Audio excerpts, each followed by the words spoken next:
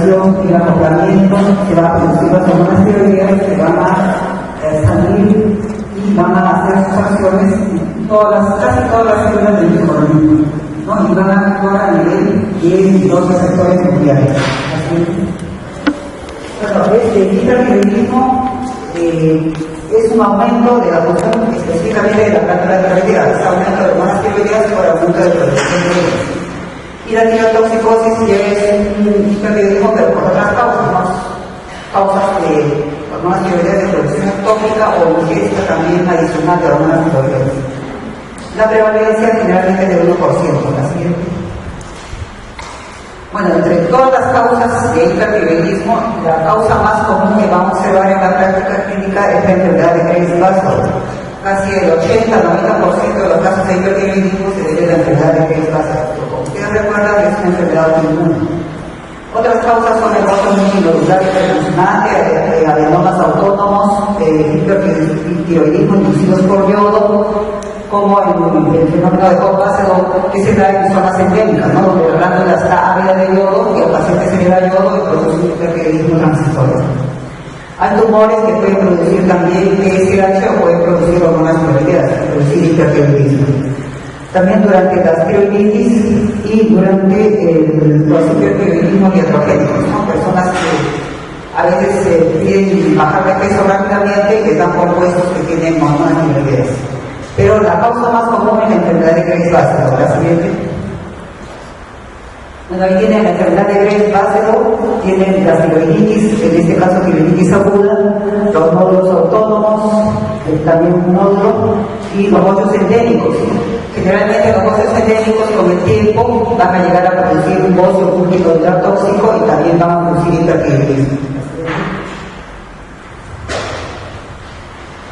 Bueno, en el Graves-Bassett, como ustedes recuerdan también, va a haber todos los síntomas y signos de hipertiroidismo, pero se va a caracterizar porque va a haber la presencia de bocio difuso, oftalmopatía tiroidea y el excedema prebiliar, ¿no? Eso es lo que caracteriza para diferenciarlo de otras formas de hipertiroidismo. ¿La siguiente? Bueno, rápidamente vamos a pasar las características del hipertiroidismo, ¿no? Bastantes manifestaciones a nivel del piel, una piel adelgazada, suave, caliente, húmeda, puede estar hiperpigmentada y también puede haber vitíligo. El vitíligo puede orientar hacia la causa autoinmune, ¿no? De este hipertiroidismo. Bueno, hay caída de cabello quebradizo, uña de glúten, platoniquia, uñas planas, coloniquia, fragilidad uñal, hipertrofia neumónica. Y ahí tienen las manifestaciones, ¿no? El excedema prebiliar, las uñas planas, mal implantadas en el borde distal, puede haber uñas en vidrio de reloj, las uñas mal implantadas, y también puede haber palmas hepáticas. La siguiente. Bueno, a nivel cardiovascular también van a tener todas las manifestaciones típicas del hipertiroidismo. Puede haber dolor intimosos, ojos sistólicos, palpitaciones, impulso ventricular muy intenso, taquicardia, fibrilación auricular. Puede llevar todas estas manifestaciones en insuficiencia cardíaca y a la miocardiopatía tirotóxica producida por alteración a nivel de músculo cardíaco de las hormonas tiroideas. La siguiente. Bueno, a nivel digestivo, aumenta el apetito, hiperrefectación, puede haber diarreas francas, hay polidipsia, hepatomegalia y ictericia.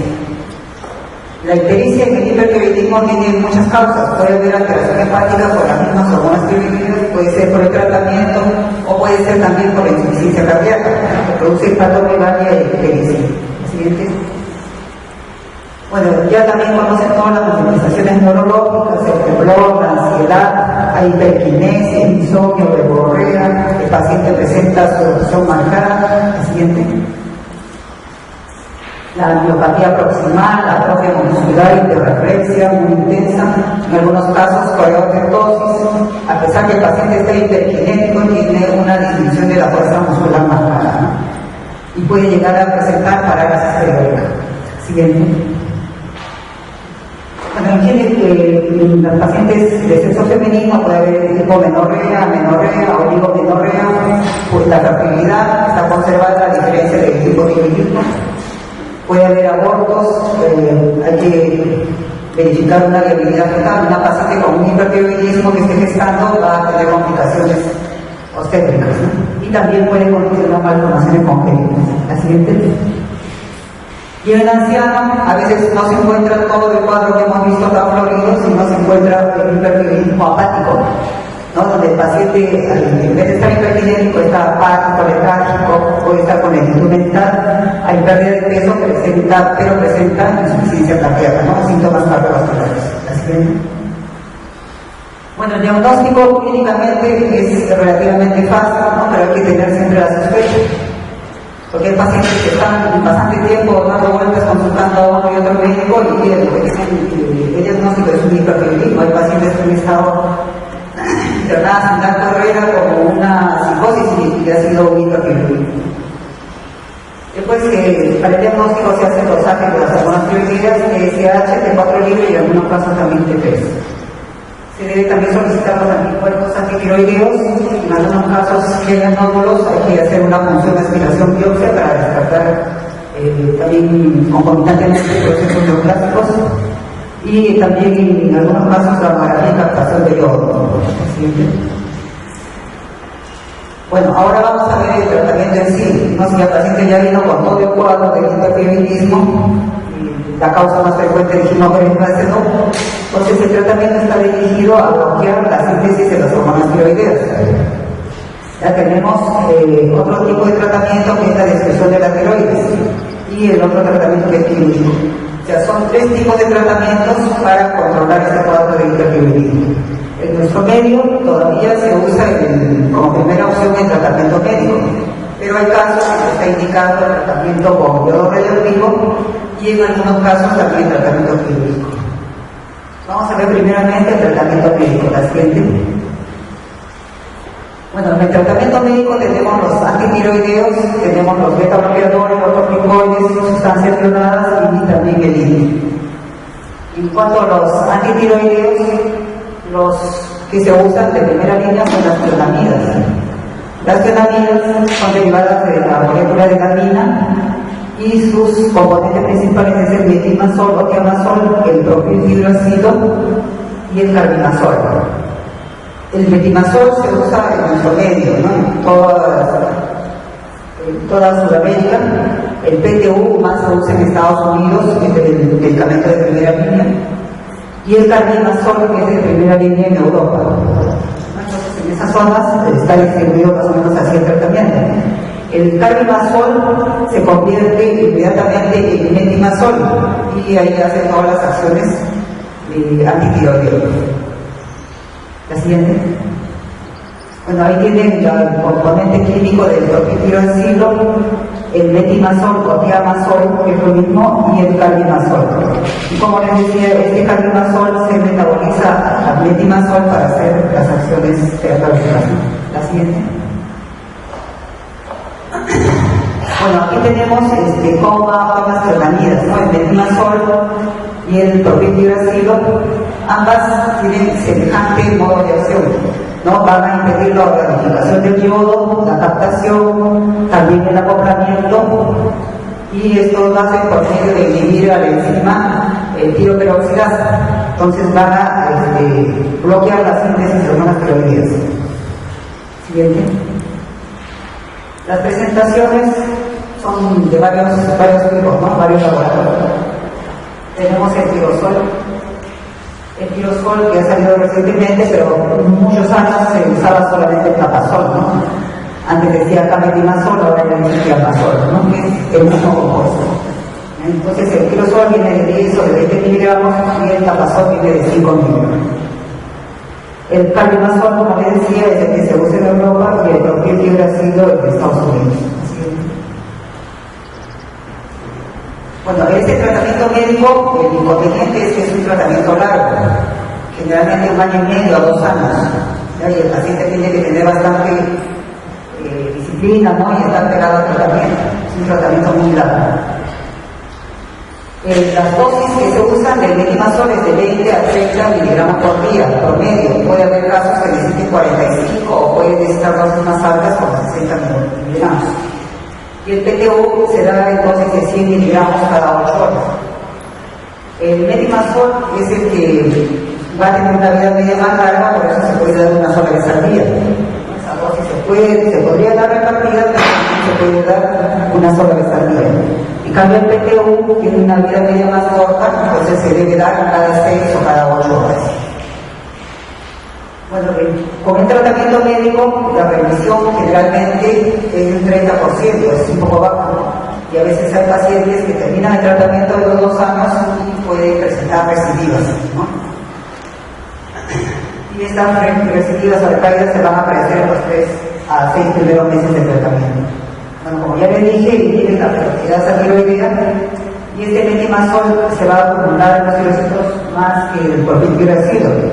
Por eso que es que el clorpirifosfiro va a un poco más rápido, pero el metimazol va a ser más estable, ¿no? Va a tener más acumulación. Hay casos en que se usan estos bloqueadores de las hormonas tiroideas y simultáneamente se usa hormona tiroidea. Se usa el metimazol o tapazol combinado con levotiroxina. Se ha visto que con este esquema se disminuyen las recaídas, ¿no? Y el paciente se resuelve más rápidamente su cuadro hipertiroideo. También con ese tratamiento se ha visto que disminuye más la inmunidad. Ustedes saben que el virus básico es una enfermedad autoinmune. Entonces va a haber menor producción de anticuerpos. Bueno, aquí tiene las fenamidas, ¿no? El PTU, el diapasol, el metimazol y el carbimazol. Este es el mecanismo de acción que ya hemos visto. La siguiente. Bueno, a nivel del sistema inmune, estas fenamidas van a disminuir los anticuerpos antitiroideos, tiene un efecto inmunosupresor, también el complejo de mayor histocompatibilidad va a tener influencia sobre el HLA-DR2, va a disminuir citoquinas y disminuye anticuerpos contra el receptor de TSH. Estos anticuerpos para el receptor de TSH, ustedes saben que son los anticuerpos estimulantes, ¿no? Que hacen acción de TSH. ¿Sí? Pero estas fenamidas también van a tener efectos secundarios, ¿no? Los efectos secundarios sobre todo son a nivel hematológico.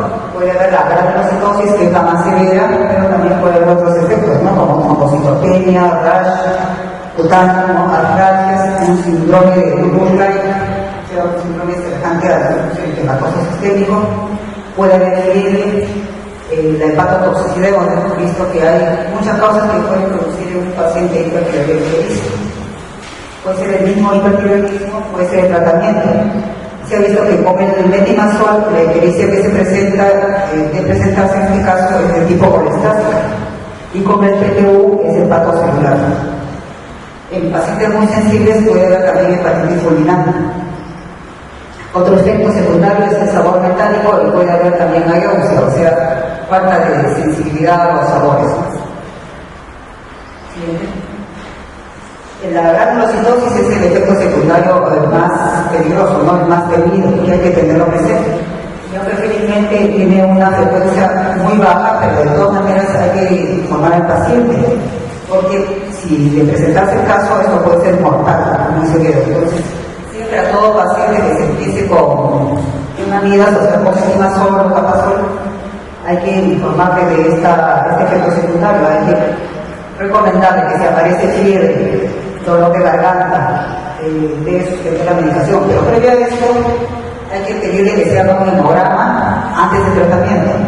Entonces ese hemograma se compara con el hemograma que se va a hacer si es que aparecen estos síntomas: fiebre y dolor de garganta. Se hace un hemograma y si hay hipertensión severa, entonces debe suspender el tratamiento. Entonces siempre hacer un hemograma de control.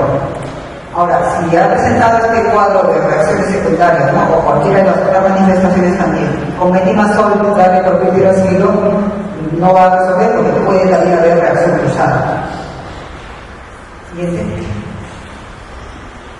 Bueno, los beta-bloqueadores. Los beta-bloqueadores, ustedes saben que el hipertiroidismo, con todos esos síntomas que hemos visto, es un efecto de hiper-beta-adrenergismo, ¿no? Entonces está muy estimulado todo el sistema beta-adrenérgico. Entonces, darle beta-bloqueadores va a hacer que se alivien todos estos síntomas producidos por la hiperestimulación beta. El más usado es el propanolol, que se da en 40 miligramos cada 6 o cada 8 horas. Y también se puede usar el atenolol, que se da entonces de 50 a 100 miligramos por día. Como les decía, va a aliviar todos los síntomas beta-adrenérgicos y aparte de bloquear o aliviar esos síntomas, conversión de T4 a T3. ¿No? Ustedes saben que la acción de las hormonas tiroideas está dada por la T3 sobre todo, ¿no? El T4 tiene una mínima acción. Entonces T4 debe convertirse en T3 para hacer todas las acciones de las hormonas tiroideas. Entonces, levantar beta-bloqueadores que puede venir como formato o como literal con el nombre comercial, hay que tener cuidado en pacientes con insuficiencia cardíaca y en pacientes con espasmo, ¿no? Que es por sus efectos secundarios. La siguiente. Bueno, en casos de hipertiroidismo, ya sea que va a ser descompensado o en un caso de tormenta tiroidea, hay que usar soluciones yodadas. Entonces, estas soluciones de yodo van a bloquear la liberación de hormonas tiroideas por el efecto de Walsh-Chaikov. Ustedes saben que al darle yodo se puede estimular la síntesis de hormonas tiroideas, pero al darle esa cantidad de yodo va a hacer que se saturen los receptores y va a haber menos liberación de hormonas tiroideas. Se llama el efecto Walsh-Chaikov. Este yodo también al darle a estos pacientes va a disminuir la vascularidad de la glándula. Esta glándula de Breit-Wasser, como ustedes recuerdan, se palpa y se va a sentir el trémito, no la turbulencia. Entonces va a disminuir la vascularidad. Y si el paciente va a necesitar cirugía de todas maneras, en este caso, esa disminución de la vascularidad va a hacer que la cirugía sea menos riesgosa, ¿no? Porque es una glándula que sangra demasiado. Bueno, estas soluciones de yodo también se ha visto que disminuyen la respuesta a la TSH, entonces también contribuye a la menor acción de hormonas tiroideas. Pero su efecto es corto, ¿no? En 7 a 10 días, ya por más que se le esté dando yodo, ya no va a haber efecto, ¿no? Por eso se le da por poco tiempo. Y siempre antes de dar el yodo, el paciente debe haber recibido diazoles, debe haber recibido tiouria. Si le damos de frente yodo solamente, podemos tener el efecto o pasa, ¿no? Es el hipertiroidismo más severo y puede desencadenar hasta una tormenta tiroidea en un paciente que está con hipertiroidismo descompensado. Entonces, este yodo también se da como tratamiento prequirúrgico y en casos de tormenta tiroidea. Bueno, las soluciones de yodo tenemos el Lugol, que viene en esta concentración y se le debe dar unas 3 a 5 gotas cada 8 horas. Ese es el caso de tormenta tiroidea, pero para el quirúrgico también se pueden dar estas dosis. Y la solución saturada de iodo de potasio, que viene con 2.2 miligramos de yodo por gota, que le da 5 gotas cada 8 horas. Siguiente. Bueno, también se ha visto que las sustancias de contraste por su contenido de yodo también van a tener efecto de ayudar en el tratamiento del hipertiroidismo, ¿no? Bloquea la liberación de hormonas.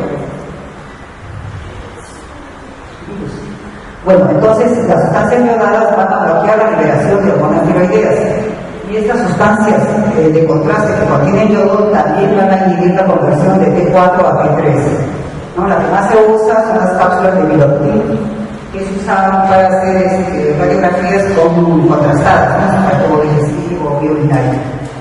Entonces, una cápsula de Viloctin contiene 500 miligramos de iodato sódico, ¿no? Que equivale a 0.307 gramos de yodo y se ha usado bastante frecuentemente en pacientes con tormenta tiroidea. Sí.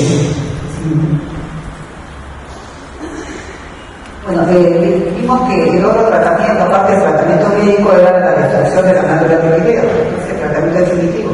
En Estados Unidos utilizan este tratamiento de primera línea, ¿no? Ya definitivamente el paciente queda curado, pero el riesgo de que siga la evolución a un hipotiroidismo es bastante alta. Bueno, la dosis de yodo radioactivo generalmente es de 15 a 20 milimolis, ¿no? De yodo 131, en casos de Breit-Wasser. Se da una sola dosis, pero hay casos en que puede requerir el paciente una dosis adicional. Y se da dosis más altas en casos de boxeo multinodular tóxico o un adenoma tóxico, que sea grande, ¿no? Entonces, cuando hay autonomía, en casos de nódulos, se da mayor dosis. Este yodo radioactivo va a actuar por sus radiaciones X y sus partículas beta. Es efectiva en el 90-95% de casos. Como les decía, lo más común, lo más frecuente es que con una sola dosis tengamos el efecto deseado. Y no se debe usar el esostano grave, porque aumenta o empeora el esostano. Y sobre todo el paciente que tienen este hipertiroidismo, tienen ese esofagmo severo y son fumadores, ¿no? Tienen más riesgo que todo el esofagmo. La siguiente. Bueno, entonces se va a usar el básico en el bocio multilocular tóxico, en los adenomas tóxicos, cuando hay cirugía previa y hay recurrencias, se usa también como otra opción ya correspondiente de tratamiento con yodo radioactivo. Cuando hay dificultad para el control médico, ¿no? Hay pacientes que tienen hipertiroidismo severo y no tienen medios económicos para comprar la medicina 2 años seguidos, ¿no? Entonces, o viven en zonas muy lejanas donde no se puede hacer el control, entonces de frente se le da el tratamiento con yodo radioactivo y se procede la curación, ¿no? Pero este paciente, de todas maneras, hay un alto porcentaje que va a ser hipotiroidismo. Es más manejable. Bueno, también en casos que prescriban después del tratamiento médico, el paciente que cumple el tratamiento médico los 2 años, pasa un tiempo y otra vez recibido y otra vez, entonces ya corresponde que sean sometidos al yodo radioactivo, ¿no? Siguiente.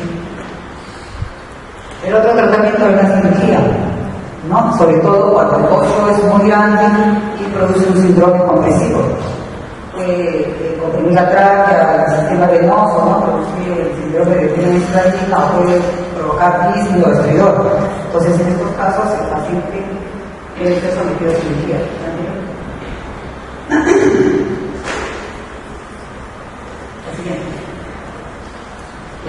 Cuando hay un bocio difuso, pero también tiene dentro del bocio difuso nódulos autónomos, entonces también mejor indicado es el tratamiento quirúrgico. Cuando hay un hipertiroidismo muy severo, cuando hay alergia a medicamentos antitiroideos, cuando hay alergia al yodo, cuando la paciente está en embarazo, pero que tiene que estar después del segundo trimestre, ¿no? Se puede hacer tratamiento quirúrgico. Y cuando hay sospecha de malignidad, una neoplasia, mejor es hacer tratamiento quirúrgico. Y en casos de mucho bocio multilocular tóxico, donde no se puede usar yodo radioactivo, se puede hacer también la cirugía. La siguiente. Bueno, entonces, si el paciente va a ser sometido a cirugía, de todas maneras hay que darle tratamiento con antitiroideos, ¿no? Un tiempo se le da hasta que el paciente se estabilice y también se le da el yodo, ¿no? Hemos dicho que va a ayudar también a controlar el hipertiroidismo, va a hacer que disminuya la vascularidad de la glándula y sea más para el menor riesgo de sangrados, ¿no?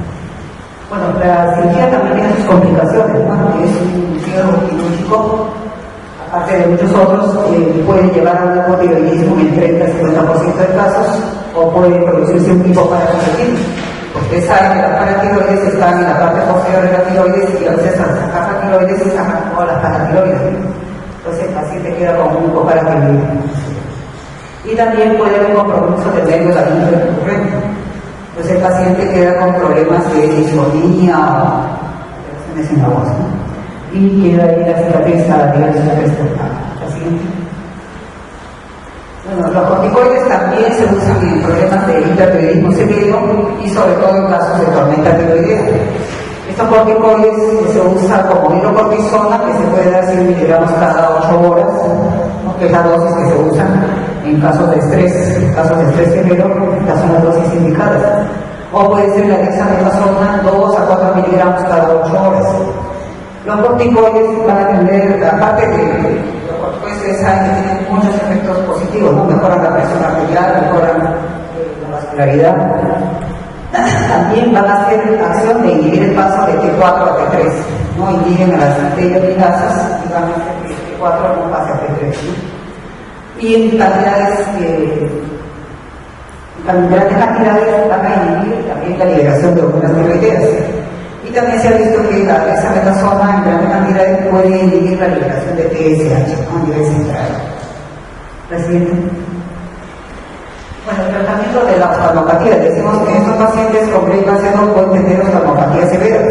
A veces el tratamiento del hipertiroidismo no va en relación con la oftalmopatía, y eso también hay que informar a los pacientes. ¿No? Ellos piensan que vamos a corregir el hipertiroidismo y también los ojos van a empezar, pueden mejorar algo, ¿no? Pero no va a ser totalmente. O incluso cuando hay tratamiento con todo radioactivo, si esos oftalmos es tolerado, puede convertirse en un oftalmo severo. Hemos dicho que el paciente es fumador, ¿no? O sea, con más riesgo si es fumador. Entonces también hay que tratar la oftalmopatía, ¿no? con medidas generales. Hay que elevar la cabecera de la cama, hay que aumentar el globo ocular, porque por la apertura de los ojos, esa córnea va a estar expuesta y puede producirse úlcera corneal. Se puede usar antiinflamatorio, medicantes tópicos, puros, diuréticos. El paciente debe, si es fumador, dejar de fumar, porque eso empeora la osteopatía. También en estos casos se utilizan los corticoides y en algunos casos inmunosupresores.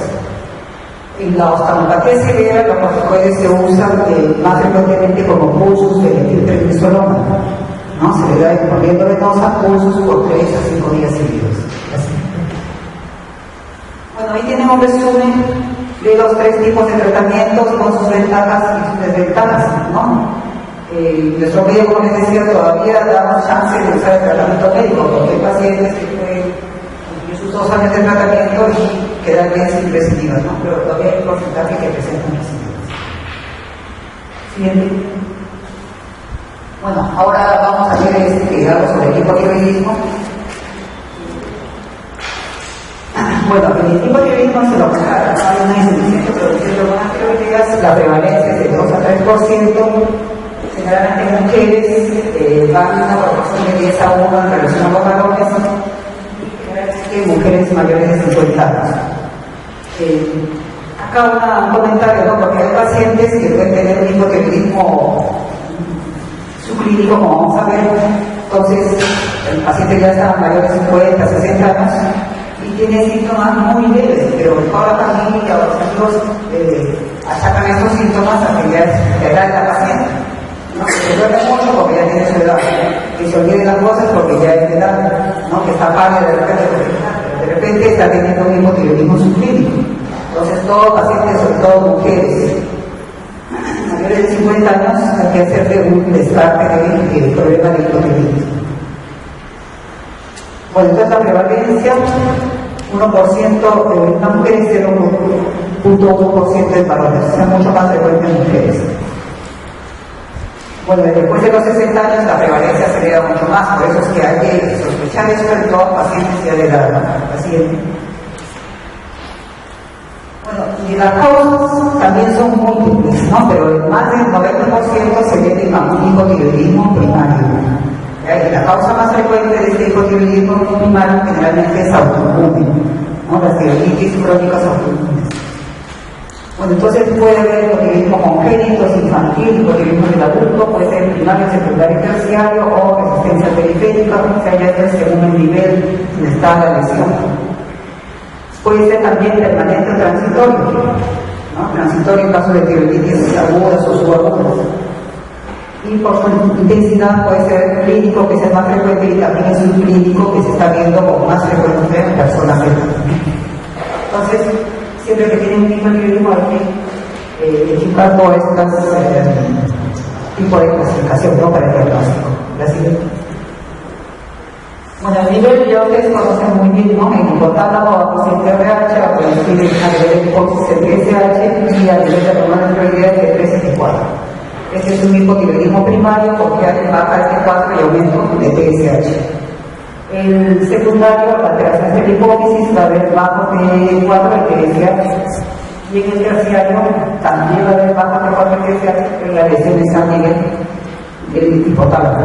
Esta diferencia entre estos dos se hace con pruebas especiales como la prueba de estimulación por TSH. ¿Sí? Bueno, les hablaba de su clínico, ¿no? De su clínico va a tener TSH normal, ligeramente elevado, ¿no?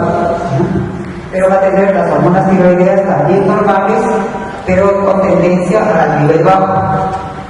Ya, personas de mayor edad y sobre todo el sexo femenino. Puede tener pocos o ningún síntoma, o de repente solo puede tener el paciente de dislipidemia y esa es una manifestación del hipotiroidismo subclínico. Entonces, a todo paciente dislipidémico mayor, mujer, entonces hay que hacer un descarte de tiroides.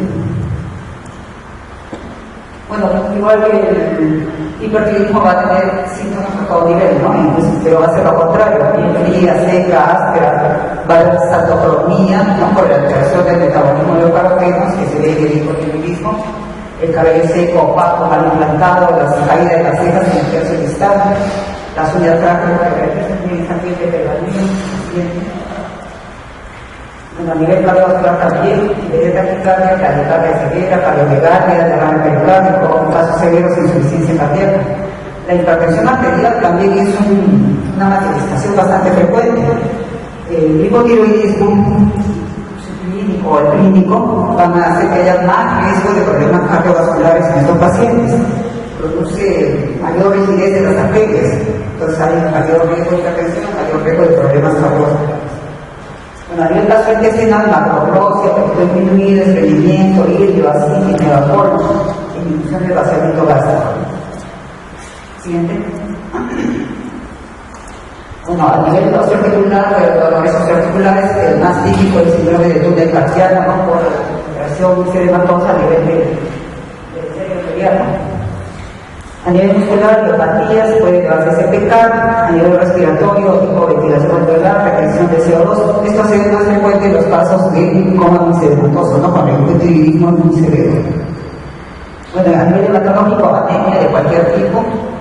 A nivel del sistema nervioso, disminución de la actividad mental, alteración de la memoria, la hipersomnia, reflejos osteotendinosos lentos, sobre todo lo típico es la fase de relajación muy prolongada, ¿no? Puede ser que la fase de contracción rápida, pero la relajación es muy prolongada. La siguiente. Bueno, hay aumento de peso, aumento de LDL, disminución de la absorción de glucosa, aumento de ácido úrico, con atremia dilucional, porque hay aumento de la antidiurética, también en estos casos de hipertensión. Y como hay aumento de la antidiurética, hay disminución de la depuración de agua a nivel. Bueno, a nivel reproductivo, galactorrea, hipermenorrea, metrorragia, ciclos ambulatorios, dificultad para la concepción. Esto es bastante frecuente. Hay pacientes que el único síntoma es infertilidad, ¿no? Entonces van a hacerse todo el chequeo, todo está normal, pero tienen el TSH que está en el límite superior. Entonces, llevando ese TSH más bajo y manteniéndolo más bajo, los pacientes pueden llegar a concebir y gestar, ¿no? Es un tipo también de hipotiroidismo subclínico. Siguiente. Bueno, entonces el tratamiento, ya tenemos la paciente que tiene todos estos síntomas, entonces, ¿qué vamos a hacer? Entonces, el tratamiento hay que hacer un reemplazo de lo que le falta, ¿no? Le está faltando hormonas tiroideas, entonces hay que darle hormonas tiroideas. Hay que normalizar el metabolismo de la paciente, pero sin llevarlo a efectos secundarios. Siguiente. Bueno, ahí tienen la levotiroxina, que se metaboliza en T3 para hacer todas las acciones de T3 y también se puede metabolizar en T3 reversa, que es inactiva, pero la activa es la T3. Así bueno, entonces, como veíamos, va a producirse la captación de yodo, el acoplamiento, va a producirse la tiroglobulina, las hormonas tiroideas que van a después salir del tirocito por pinocitosis, ¿no? Por expulsión y va a ir hacia la célula blanca, ¿no? La que va a hacer los mayores efectos es la T3, ¿no? Y el tratamiento es con T4, con levotiroxina. Anteriormente se daba T3 y T4 y a veces solo T3, pero el más fisiológico es darle solo T4 y el organismo, según las necesidades, va comiendo el T4 y el T3. La siguiente. Bueno, entonces la levotiroxina lo que va a hacer es que si alivia los síntomas, va a mejorar la concentración de TSH. Ese TSH en todos los laboratorios van a ver generalmente de 0,4 hasta 4, pero ya en muchos congresos, en muchos estudios se está viendo que ese nivel superior de TSH tiene que ser más bajo, ¿no? Y bajando el nivel de TSH se mejoran algunas alteraciones. Entonces se está sugiriendo que debe ser en algunos trabajos hasta 2, 2.5, ¿no? Y otros 3. Entonces, esta levotiroxina, para conseguir el alivio sintomático y llevar el TSH a valores normales, debe darse una dosis promedio de 1.6 microgramos por kilogramo por día. Pero dar por kilo de peso también es relativamente no tan bueno, ¿no? Porque kilo de peso por la hormona tiroidea va a ser más en proporción al tejido magro, ¿no? Si el paciente es bajo peso, le aumentamos un montón de hormona tiroidea y de repente al efecto secundario. Entonces, en todos los casos, lo mejor es empezar con la mínima dosis, sobre todo en pacientes ancianos y pacientes cardiópatas, ¿no? Cardiópatas, mínima dosis, amplificar el movimiento, pero hay que empezarlo mucho más lentamente. La siguiente. Bueno, las hormonas la levotiraxina viene como Virox, puede ser de 25, 50, 75, 100, 125, 150, hay hasta de 200 microgramos, ¿no? Entonces, se empieza a hablar de 25, 50, dependiendo, ¿no?, de la edad del paciente y también de las necesidades. Pero siempre hay que empezar con dosis más bajas. Una vez una paciente iba a empezar tratamiento y le indicamos de 25 microgramos, ¿no? Pero parece que la farmacéutica le dio mal y le dio de 125, ¿no? Y la paciente presentó una taquicardia que no quería recibir el tratamiento. Entonces siempre hay que explicarles y expliquen exactamente la dosis que se les está pidiendo, ¿no? También hay otra presentación de otro laboratorio que es T4, ¿no?, que también viene, pero solamente 100 y 150 microgramos. Acá cada paciente va a llevar a las dosis que le corresponden, ¿no? No hay una dosis fija para todo. Promedio es 1.6 microgramos por kilo de peso, pero cada paciente, según cómo mejoren sus síntomas y según llegue a los niveles normales de TSH, esa va a ser su dosis que le va a corresponder. ¿Siguiente? Bueno, esas son las dosis. Hay que siempre comprobar el diagnóstico, ¿no? Hay que ver la lesión. Generalmente la lesión es buena porque es una sola toma al día y debe ser en ayunas, ¿no? Al paciente se le dice, al despertarse en la mañana, lo primero que debe hacer es tomar su pastilla de alguna tiroidea y después ya hacer su vida normal. O sea, lo primero, ¿no? Porque es algo de reemplazo de lo que está produciendo su tiroides. Hay pacientes que se olvidan y después también tienen que tomar doble dosis. No debe ser. Ya se olvidó, ya siga con la misma dosis, ¿no? Pero hay que insistir en que se acostumbre a tomarlo primero al momento de despertar sobre una tiroidea. Bueno, las enfermedades concomitantes también pueden alterar el metabolismo de las hormonas tiroideas, el peso corporal, ya les dije, está en relación con el peso magro, y las pacientes según su condición fisiológica. Si están gestando, van a necesitar más dosis de hormona tiroidea. Como si son hipotiroideas que ya están gestando, se debe aumentar la dosis. Siguiente. Bueno, esto es... Bueno, acá había una receta, ¿no? Estos son niveles objetivos de TSH, pero que no están aceptados todavía en consenso. No es propuesta de una autora, que es la doctora Juan Caricel, ya que está proponiendo estos niveles de TSH. No, mi recién nacido de 1.3 a 19, mi recién nacido normal es el TSH hasta 19. A las 10 semanas hasta 10, de los 14 meses hasta 4, de 0.4 a 7, de 2 a 16 años hasta 4, que es lo común hasta ahora, ¿no? Y cuando ya no cena de 2 a 6 y en mayores de 80 años se puede esperar un TSH hasta 10, no tratar de bajarlo más porque hay que darle más dosis de hormona tiroidea. Es que pacientes mayores cardíacos, hipertenso, pueden provocar una angina o un infarto cardíaco. Entonces son dosis o niveles objetivos de TSH propuestos. Pero como les decía, en general se está viendo que este nivel de TSH máximo debe ser menor. Se ha visto que por infertilidad, cuanto menor es el nivel de TSH y se mantiene a ese nivel menor, más fácil la concepción, ¿no? Y el mantenimiento de la gestación. La siguiente. Bueno, hay enfermedades que van a alterar la absorción de levotiroxina, como la gastritis, la enfermedad celíaca, cuando hay cirugía gastrointestinal, enfermedades pancreáticas, hepáticas, las cardiopatías descompensadas, ¿no?, lo que produce edema de todo el tubo digestivo y va a haber menor absorción de las hormonas tiroideas. También las parasitosis, sobre todo la siguiente. Bueno, también hay muchos medicamentos que inhiben la absorción intestinal, el hierro, el calcio, los antiácidos, las resinas, las sodio, ¿no? Entonces, por eso es que el paciente debe cumplir y tomar en ayunas, ¿no? Hay pacientes que se olvidan de tomar en ayunas y están tomando después del desayuno, después de la comida. La siguiente. Bueno, que aumentan la absorción también hay medicamentos, fampicina, carbamazepina, penicilina, fenobarbital. Entonces hay que tener cuidado si el paciente está usando estas medicinas para de repente bajar un poco la dosis, ¿no? Pero depende del control de TSH. Si el TSH se mantiene dentro normal, hay que seguir con esa dosis. La siguiente. Bueno, y ahí viene que la TSH puede ser alterada por dopamina, por corticoides. Ya hemos visto, ¿no?, los corticoides pueden suprimir la producción de TSH en grandes cantidades. Bueno, también disminuyen o alteran la secreción de hormonas tiroideas, la biodarona, el yodo, el litio, el azul con la glutamina. Aumentan la secreción, la biodarona, el yodo. La biodarona tiene efectos variables, ¿no? Puede producir hiper o hipotiroidismo. Pueden ser transitorios o pueden ser permanentes. Ya vimos esto en la absorción.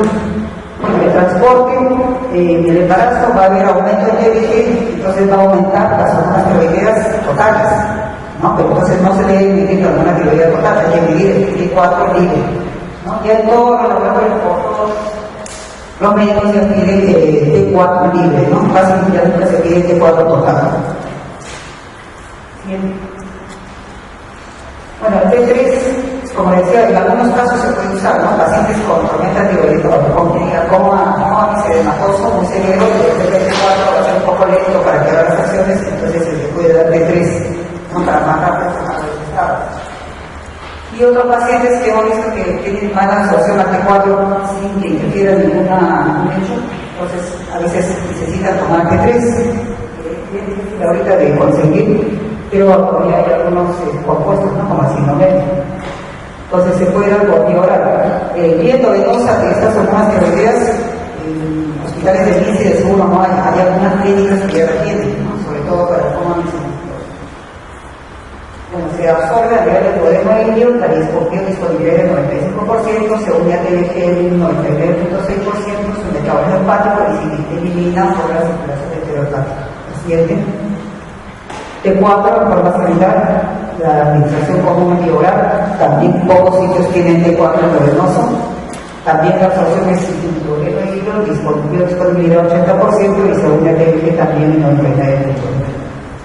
Bueno, el metabolismo en el hígado dominante en nuestros tejidos por desudación y puede pasar a formar T3 y T3 reversa, ¿no? El T4 en todos los tejidos periféricos se convierte en T3 por desudación y el T3 es el que hace las acciones, ¿no? Se elimina por las heces y por la circulación enterohepática. La siguiente. Bueno, la dosis común depende de cada paciente, ¿no? Va a haber de 50. Hay pacientes que se controlan, pacientes hipotiroideos que se controlan solo con 12.5 microgramos, otras con 5 microgramos. O sea, depende de cada paciente. Si con esa dosis se consigue que no haya síntomas, que TSH que tenga lo normal, eso debe seguir. No, pero el médico que tenga a la paciente con hipotiroidismo le dice, pero su TSH está normal, que no tome nada. No cree que es un tratamiento que se da y a veces justamente está normal porque está tomando esa dosis, ¿no? Esa dosis es la que está haciendo que mantenga su TSH normal. Bueno, puede haber pacientes que utilicen 200, otros 300 microgramos, ¿no? Depende del metabolismo de cada paciente. Generalmente con 125 se controla la mayoría de pacientes y pacientes con hipotiroidismo severo pueden necesitar más dosis. Bueno, a veces se demora en alcanzar la dosis óptima. Otros pacientes que se demoran meses, otros un año, sobre todo si son ancianos hay que ir más lento. Las dosis, si el paciente por ejemplo tiene tabletas de 25 o tabletas de 100, que es seguro social solo hay tabletas de 100, entonces le dan 100, después no se puede partir más que hasta 100 y un cuarto, le dan 125. Con 125 ya el TSH se suprime y con 100 el TSH está alto. Entonces hay que combinarlo, ¿no? De una de 100 microgramos con un cuartito o un medio de 25. O sea, ir haciendo el control, aumentando de 4 en 4 las dosis, ¿no? Puede ser con 112, con 120, con 86, o sea, se hacen combinaciones y el paciente ya se acostumbra a esa dosis, ¿no? El control para ver si un paciente le encontramos todos los síntomas y signos de hipotiroidismo, viene con TSH de 50. Con un T4 de 0.7, ¿no? Entonces le empezamos a dar hormona tiroidea, tirosina de a poquitos, cada 6 semanas debe ser el control. Para hacerse el control, el paciente no debe dejar de tomar su medicina. Ese día que se va a hacer el dosaje, toma su hormona tiroidea y después de 4 o 6 horas se hace el control, ¿no? No es necesario hacer ayunos. Entonces, cada 6 semanas se hace el control hasta que se estabilice el TSH en el promedio, ¿no? Idealmente el promedio, ¿no? No debe pasar de 4 y ahí es la dosis que le corresponde. Una vez que el TSH ya está estabilizado, el paciente se hace el control cada año. Si es que no hay nada algún evento ocurrente o algo que haga que se desequilibre, no se descompense. Pero generalmente es ya cada año el control. Bueno, a veces la artritis de Hashimoto les dije que era la causa más frecuente de un hipotiroidismo primario, ¿no? Es bastante frecuente. Y como es autoinmune, generalmente a veces las enfermedades autoinmunes se asocian, ¿no? Entonces un paciente con tiroiditis de Hashimoto puede tener diabetes autoinmune, puede tener artritis reumatoide, puede tener infiltro, ¿no? Entonces hay que tratar de otra enfermedad autoinmune. La siguiente. Bueno, ahí van a haber varias condiciones que alteran los requerimientos de levotiroxina, ¿no? Lo más común, los estrógenos, los anticonceptivos, el embarazo va a hacer que aumenten los requerimientos. Y la disminución de requerimientos, ¿no? Pacientes ya mayores a veces van, si durante casi toda su vida se controlaban con 75 microgramos, cuando ya son mayores de repente van a requerimientos 50, ¿no? Entonces se va regulando otra vez con un hipotiroidismo recién diagnosticado, ¿no? Bueno, hay que se hace para el control y necesita las tabletas de hormonas al día y se controla cada 6 semanas. La siguiente. Bueno, si al paciente lo dejamos siempre con una dosis que no le corresponde, ¿no? Que le falta dosis para estar compensada, los riesgos que va a tener es que todavía va a tener síntomas, va a haber una disminución sistólica y diastólica, mayor riesgo cardiovascular, puede haber dislipidemia, hipertensión, rigidez de la pared arterial, todo esto lleva a riesgo de enfermedad coronaria, si es joven va a tener alteración de infertilidad. Entonces, todos los pacientes deben estar bien tratados, ¿ya? No dejarlo, no tiene síntomas, lo dejamos nomás con el TSH un poco alto, no debe estar con el TSH normal. Y hay otros casos en que se debe tratar también para mantener una TSH suprimida en los casos de cáncer tiroideo, ¿no? Cuando son hormonodependientes hay que darle hormonodependiente no por el tiroideo, sino para mantener el TSH suprimido. Bueno, y si al paciente se le deja con una dosis que es un poco alta para él, ¿no? De repente se le deja por el TSH suprimido, que se le está dando 75 microgramos y tiene un TSH de 0.1. Entonces hay que bajar la dosis para que vuelva a lo normal. Ese TSH tiene que estar normal, ¿no? Porque si estamos sobretratando va a haber osteoporosis, el paciente va a tener riesgo de fracturas, ¿no? Se reduce la masa ósea, va a haber taquicardia, arritmia, si el paciente es mayor va a haber fibrilación auricular, riesgo cardiovascular, va a haber aumento de grosor de la pared arterial y mortalidad cardiovascular. Esto es bastante frecuente, ¿no? Y hay muchos pacientes que ustedes habrán visto, ¿no? Que son hipotiroideos. ¿Cuándo se hizo el último control? Se acuerdan, ¿no? Hace años que no se controla.